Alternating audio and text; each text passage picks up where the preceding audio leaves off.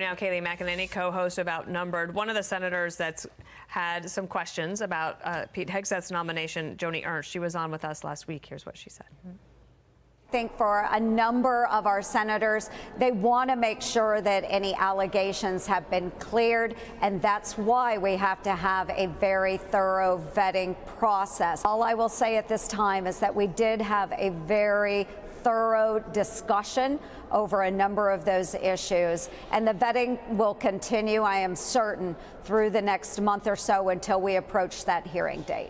So the hearing date, we don't have it yet, and that will come.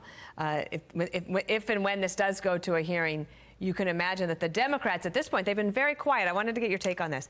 They've not said anything. They've not said anything. Yeah. I mean, it's shocking to me. Right? I mean, Biden chose not to mention any of the nominees. Kamala Harris, Adam Schiff said, let's focus on the economy.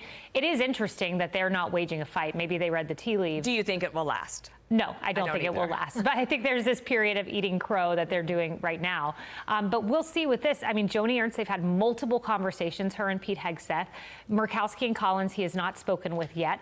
But notably, and this is what the Trump transition team points out, no one is a no vote. No. This isn't a Matt Gaetz situation where there are multiple no votes. No one has said we're at no. I think this gets to a hearing. I think Pete Hegseth gets through, and his very public-facing push has served him very well. Joni Ernst is going to have another meeting with Hegseth this week.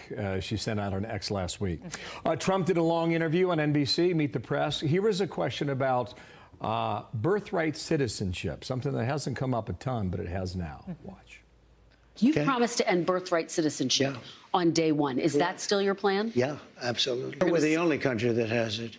Do you know, if somebody sets a foot, just a foot, 1 foot, you don't need two, on our land, congratulations, you are now a citizen of the United States of America. Yes, we're going to end that because it's ridiculous. Through executive action? Well, if we can, through executive action. I was going to do it through executive action. Could take it to Congress, too. Yeah, you heard him say if we can. That's because birthright citizenship is enshrined in the 14th Amendment. Not only that, in 1898, in a Supreme Court case called Wong Kim Ark, they upheld birthright citizenship.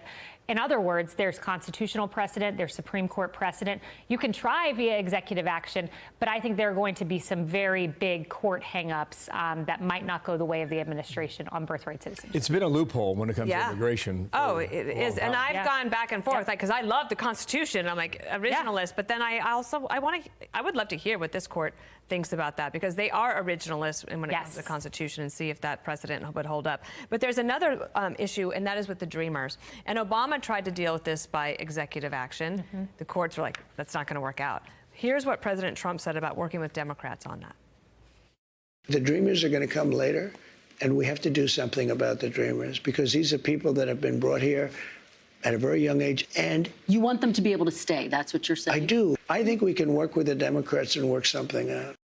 I mean, that would be pretty historic if he were able to do that. Absolutely, and I think he has the political will to do so. If you remember, going back to January of 2019, he offered Nancy Pelosi DACA in exchange for border wall funding. Trump has always had a heart for the Dreamers, wanted to make an exception here. It makes a lot of common sense the way he explained it.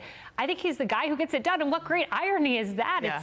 It's not Nancy Pelosi, it's not Obama, it's Biden, it's Trump that can get it done. A lot of fits and starts on this issue. Yeah. Others have tried and failed repeatedly. But he will make it a day one priority. NBC said a few Trump sources told them he's going to have at least 5 executive orders on day one. Stephen Miller is saying he wants a two-pronged approach, tax cuts after immigration legislation. When you make it a day one priority, we'll see. It wasn't a day one priority last time because it was Obamacare. This time, it's day one. Day one's going to be something else. Yes, it will. Yes, it will be. See you at noon. Yes. Great to see you, Kayleigh. You. Thanks for coming in.